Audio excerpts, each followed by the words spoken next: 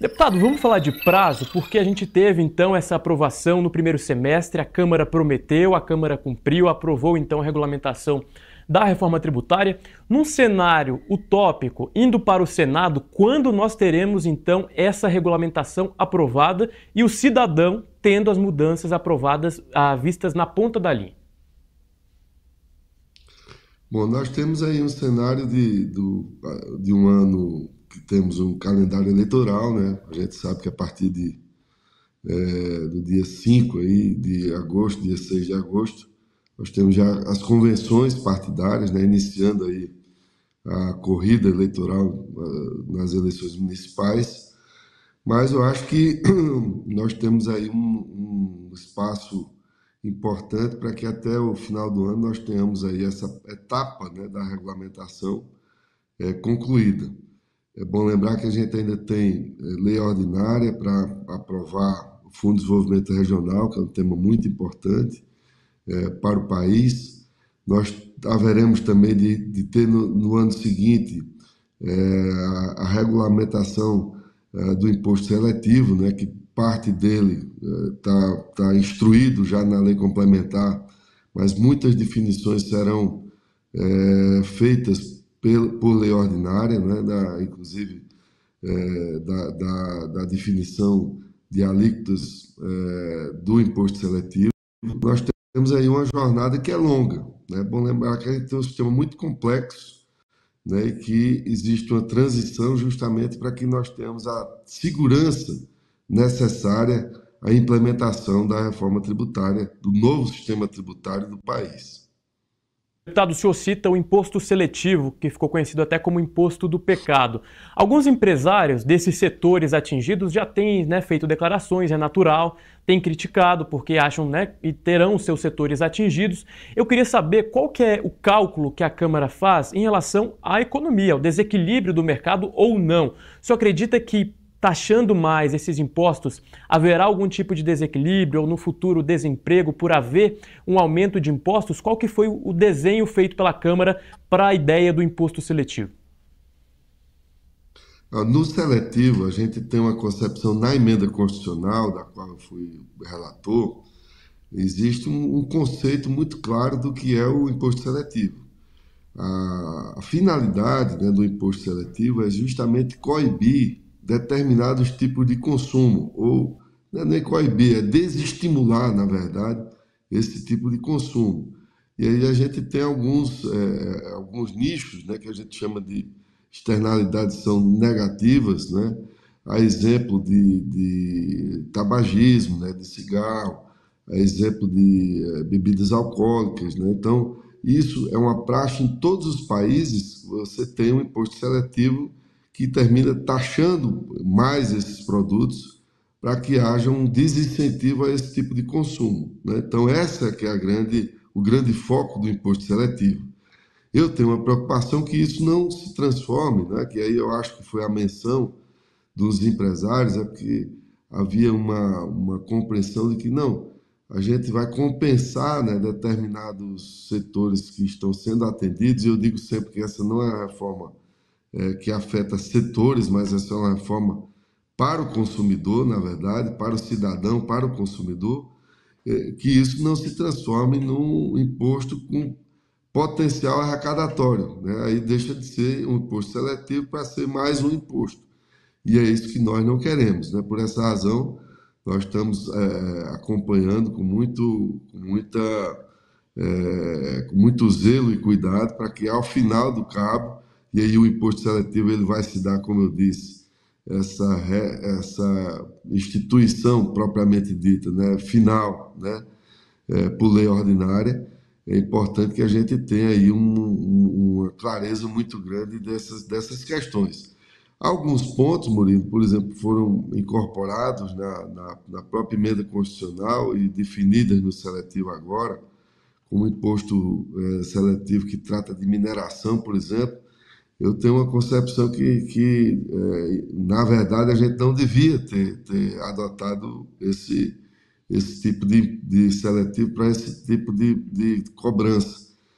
Mas, infelizmente, a gente tem uma limitação que é a política, né? E aí foi determinante para a aprovação da emenda constitucional que se concebesse, por exemplo, esse imposto que taxa, né, na verdade, a exploração de mineração e de alguns outros produtos que foram incorporados agora, como gás e petróleo, mas isso tem um efeito que a gente precisa avaliar.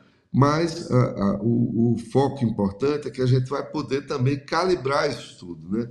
E a sociedade vai ter muita clareza, que eu acho que é o mais relevante, num sistema que traz transparência, para que se possa também corrigir tudo isso. Houve algumas inclusões apontadas aqui pelo deputado Agnaldo Ribeiro. A gente precisa acompanhar. Agora, para fechar aqui nossa conversa, deputado, o senhor foi um dos idealizadores da cesta básica sem impostos, né? Essa cesta básica com insumos ali. A carne acabou entrando aos 45 do segundo tempo. E agora a grande pergunta é se a alíquota geral vai subir.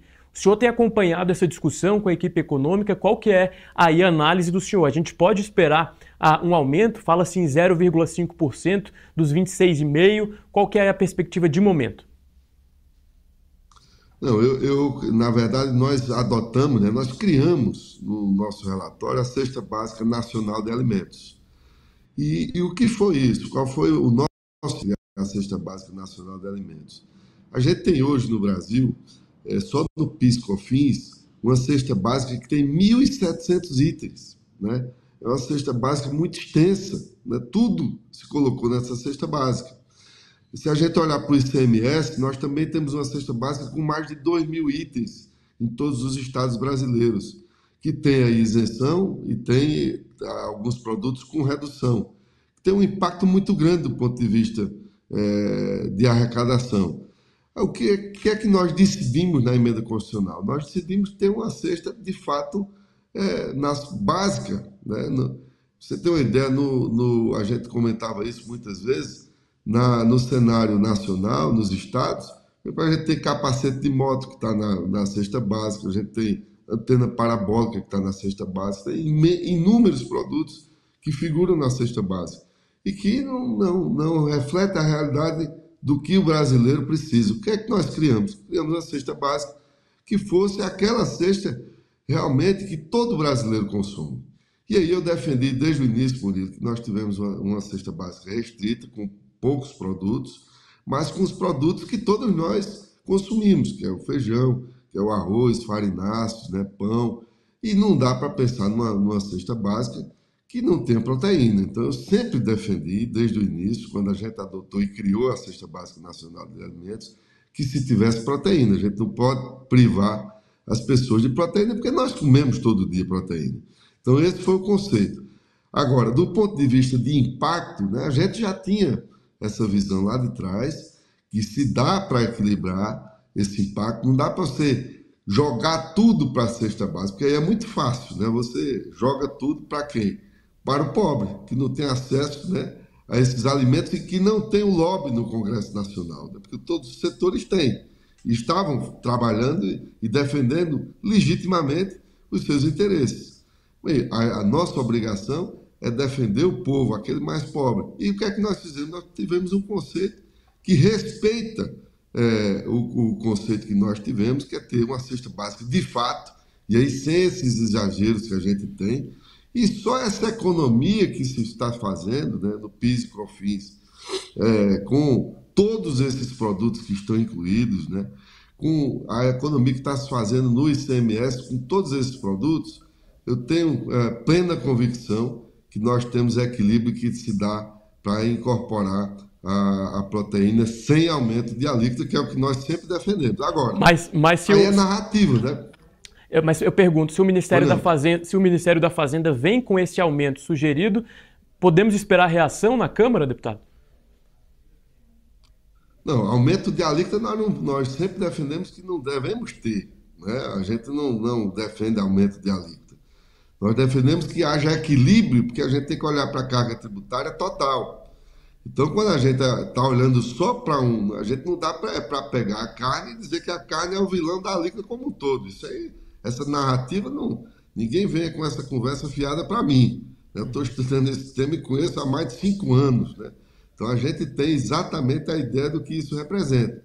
A gente sabe que tem, de fato, uma questão importante de se manter a alíquota. Agora, a gente tem que olhar para tudo que está fazendo para todos os setores, né?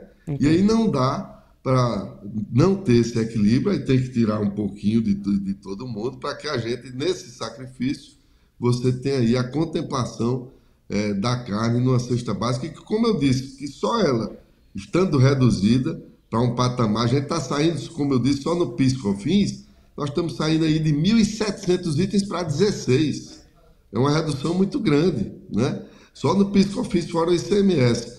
E afora isso, a gente também tem o cuidado de olhar, como eu disse aqui, para todas as isenções, por exemplo, que se fizeram e reduções que se fizeram, a gente tem que ter esse cuidado aí para respeitar isso, preservando o mínimo, que é uma cesta básica que respeite, né?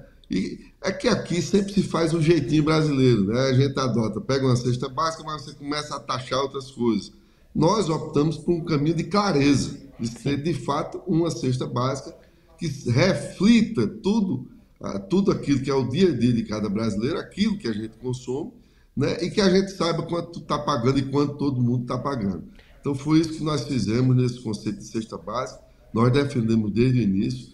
No plenário a gente fez um apelo aos colegas, né? Conversamos com todos para que se adotasse, e eu acho que isso é ter transparência, ter clareza e se fazer justiça numa reforma tributária onde a gente prega e sempre pregou a progressividade.